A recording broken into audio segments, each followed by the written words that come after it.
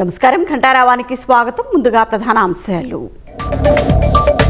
అమల్లోకి భారత్పై అమెరికా అదనపు సుంకాలు, అనేక రంగాలపై తీవ్ర ప్రభావం.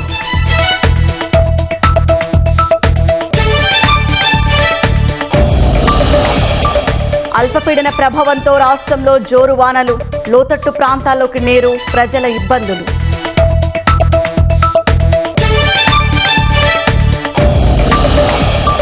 మూడేళ్లలో కృష్ణా జిల్లాలో 185 సైబర్ కేసులు.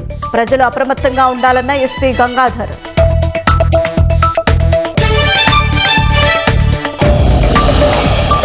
వైష్ణోదేవి ఆలయం వద్ద కొండ చర్యలు విరిగిపడి 30 మంది మృతి, పలువురికి గాయాలు. వర్షం వల్ల సహాయక చర్యలకు ఆటంకం.